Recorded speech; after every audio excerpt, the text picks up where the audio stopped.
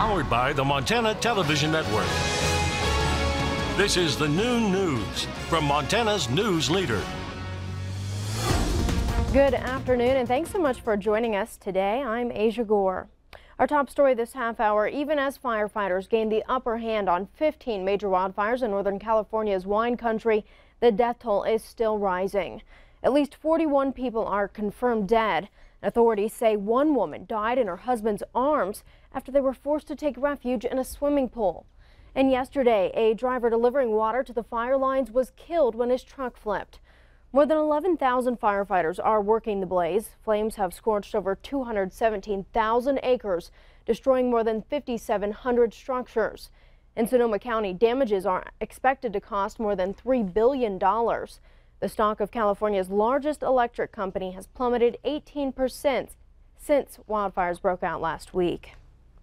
President Trump's nominee to be the next drug czar has withdrawn his nomination after a 60 Minutes report revealed he wrote a bill which tied the DEA's hands in fighting the opioid epidemic. CBS's Mola Lange has the details.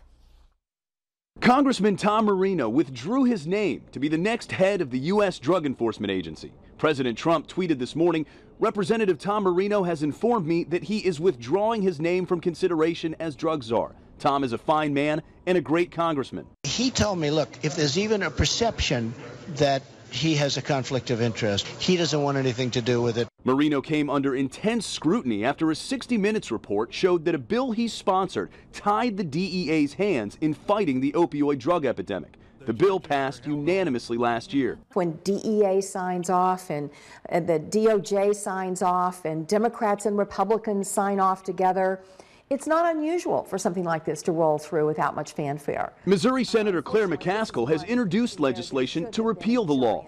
President Trump says he is committed to fighting the opioid epidemic and plans to declare a national emergency. It's a very important step. And to get to that step, a lot of work has to be done, and it's time-consuming work. We're going to be doing it next week, okay? As part of the war on opioids, Tuesday morning, the Department of Justice announced indictments against 2 Chinese nationals who allegedly used the internet to sell fentanyl to drug traffickers and individuals in the U.S. Mola Lange, CBS News, the White House. More than 64,000 Americans died in 2016 from drug overdoses, most from opioids. A Great Falls man accused of raping 4 different women who were too intoxicated to give consent changes his plea. Bradley Goodell pleaded no contest to 1 count of sexual intercourse without consent and 1 count of criminal endangerment. He was initially charged with 4 counts of sexual intercourse without consent for a series of incidents between February 2014 and November 2016.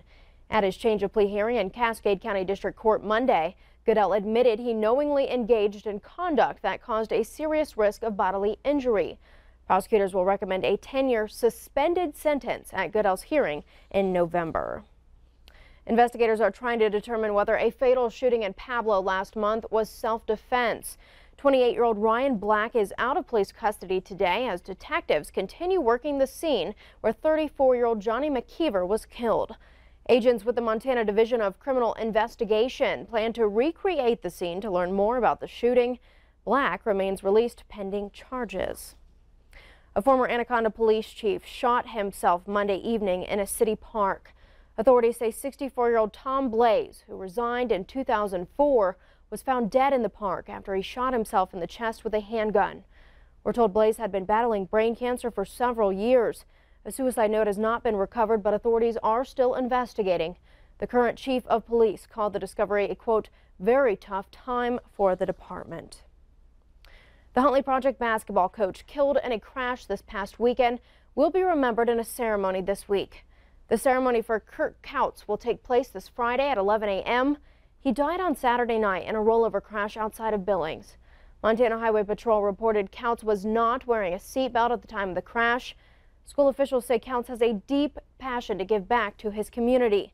Now the public is encouraged to attend the Friday memorial at the gym wearing Huntley Project red. Crews are hard at work bracing up the remains of Glacier National Park's Sperry Chalet. The historic landmark burned to the ground in the Sprague fire back in August. A 10-member crew is now working to stabilize the walls of the dormitory building before winter sets in. Workers are bracing gables and putting collars around the chimneys. Park officials say the crew is trying to protect the stone masonry structure from the snow. The work, which is mostly funded through a Sperry Action Fund campaign, is expected to wrap up this week. Park officials will then reassess the structure in the spring. Montana Fish, Wildlife and Parks game wardens are investigating the poaching of several mule deer in eastern Montana. At least 8 deer were found in Macomb County, including one fawn still barely alive. All of them had been shot with a shotgun. Officials believe the animals were killed on Saturday. The deer were found scattered over 2 miles near Road 528 in northern Macomb County. Anyone with information should contact FWP.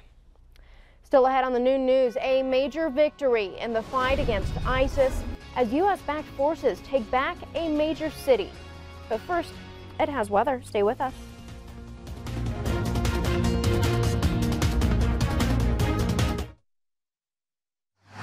You're watching MTN News with Aja Goare, Storm Tracker weather with Ed McIntosh, and farm and ranch news from the Northern Egg Network. This is the noon news on Q2, Montana's news leader.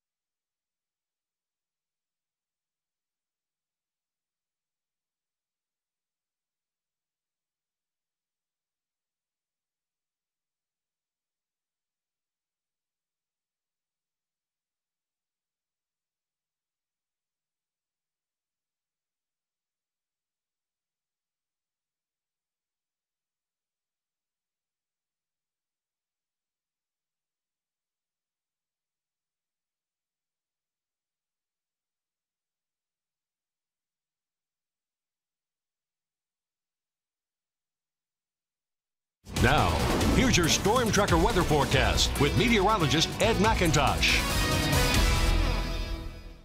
Welcome back to the noon news. Temperatures are still a little bit cooler in western Montana, but we started off with readings in the 20s and managed to make it up now 50 in Missoula. North of town, 63 in Kalispell, and then 60 degrees in Butte. So the winds are a little bit lighter right in Kalispell itself, but as far as the humidity goes, just north of there, the winds have picked up to 16 miles an hour. It's really, as we look down the east slopes of the Rockies, that we see the stronger winds, and those are gusting up to over 40 miles an hour around Cutbank, Great Falls, Lewistown gusts to 32 a short time ago. Havre, 43-mile-per-hour wind gusts, and Livingston has seen gusts over 40 miles an hour through the morning hours. Now that's starting to spread out into the eastern plains as well, as we have a disturbance that'll start to move across the state. At the same time, the humidity numbers, once we get east of the Continental Divide, are only into the teens and 20s. So we've got warm temperatures for this time of the year, these gusty winds, and then this low humidity. So with that, we've looked at increased wildfire risk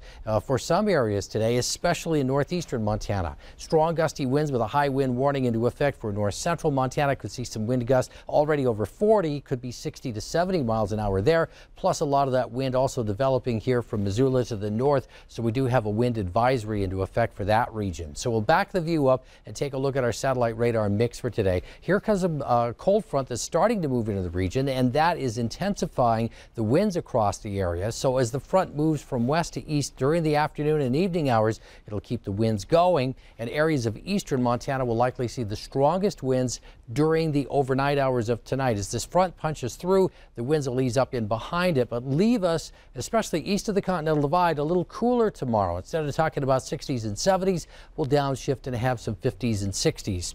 But the high pressure area rebounds, warm front starts to move in, and just as quickly, we'll see temperatures rise again as we start getting into Thursday. Western Montana, you'll start to feel the effects of that next round of cooler air, and this is a deep trough that'll move across as we start getting into the weekend. So this is a fairly